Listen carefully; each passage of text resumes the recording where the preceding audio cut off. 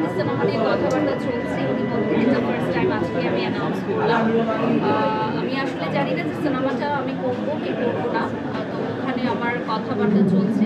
তো যদি কিছু ফাইনাল হয় আমি ইনশাআল্লাহ জানাবো আপনাদেরকে। আমাদের দেশটা যে এত সুন্দর হতো, স্পেশালি ক্লিন সিটি আমার খুব পছন্দ। আমরা সিঙ্গাপুরে গেছিলাম, ক্লিন সিটি খুব পছন্দ। আমার মনে হয় যে আমাদের দেশে হাতটা নিচে নামান না, হাতটা নিচে নামান, আপনার জন্য আপনি তো আমার পুরো ফ্রেমে ঢুকে যাচ্ছেন। একটা সময় ছিল যে আমি অনেক কম ঘুমিয়েছি, কিন্তু এখন আমাকে আমার ডাক্তারের পরামর্শে একটু বেশি ঘুমের পরামর্শ উনি দিয়েছেন এবং বলেছেন আমাকে স্ট্রেস কমাতে হবে। তো পাশাপাশি আমি কিছু মেডিসিন নিয়েছি। আমি একটু অসুস্থ ছিলাম, মাঝে আমি ছুটিও গেছিলাম। তো ইনশাআল্লাহ আপনাদের দোয়া ভালোবাসে আমি আবারও সেরে উঠেছি। এবং আমার কাছে মনে হয় যে মানুষের জীবনে এক একটা সময় থাকে যখন কাজের অনেক ব্যস্ততা থাকে, কম ঘুম হয়, আবার কিছু কিছু সময় থাকে যখন আমরা অবসরে থাকবো, তখন তো কাজ কমে যাবে। আর আমাদের কাজটা হচ্ছে যেহেতু অনলাইনে, তো ক্যামেরার বাহিরেও আমাকে দীর্ঘক্ষণ সময় দেখা যাচ্ছে যে মিটিং বা অফিসিয়াল কল, টেক্সট, ভাই আপনি যে মোবাইলটা ঢুকাইছে ফ্রেমে চলে আসছে কি মোবাইল দিলেন? মনে হয় যে ঘুমের মধ্যে মনে পড়ে যায় যে ভাই ওচা করে দেন, সবার ফ্রেমে চলে আসতেছে। না, একটা মানুষের সাকসেস তখনই হয় যখন তার লাভার্স থাকে আর হেটার্সও থাকে।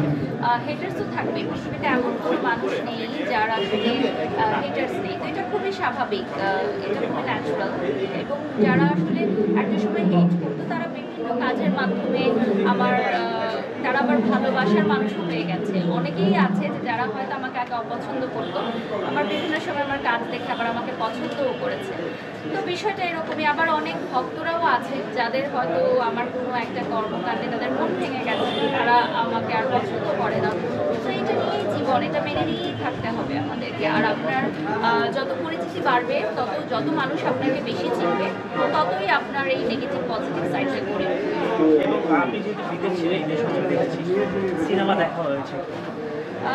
সিনেমা দেখা হয়নি, কিন্তু আমি বেশ কিছু প্রমোশনসের জন্য ডাক পেয়েছিলাম। ইনফ্যাক্ট আমাদের কিছু প্রিমিয়ার ইনভাইটেশন এসেছিল, পারিনি।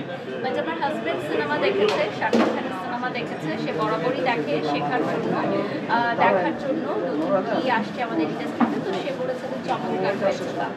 না, বিষয়টা এরকম না। আমার হাজব্যান্ড শাকিব খানের মুভি বলে দেখেন না, স্পেসিফিকলি যদি দেখেন সেটা হচ্ছে রায়হান রাফির সিনেমা, যে ডিরেকশনটা দেখে। যেহেতু আমার হাজব্যান্ড ডিরেকশন নিয়ে লেখাপড়া করেছে, ও ফিল্ম অ্যান্ড মিডিয়া নিয়ে লেখাপড়া করেছে, তো ওর ক্যামেরা ডিরেকশন এগুলোর প্রতি ফ্যাসিনেশন বেশি।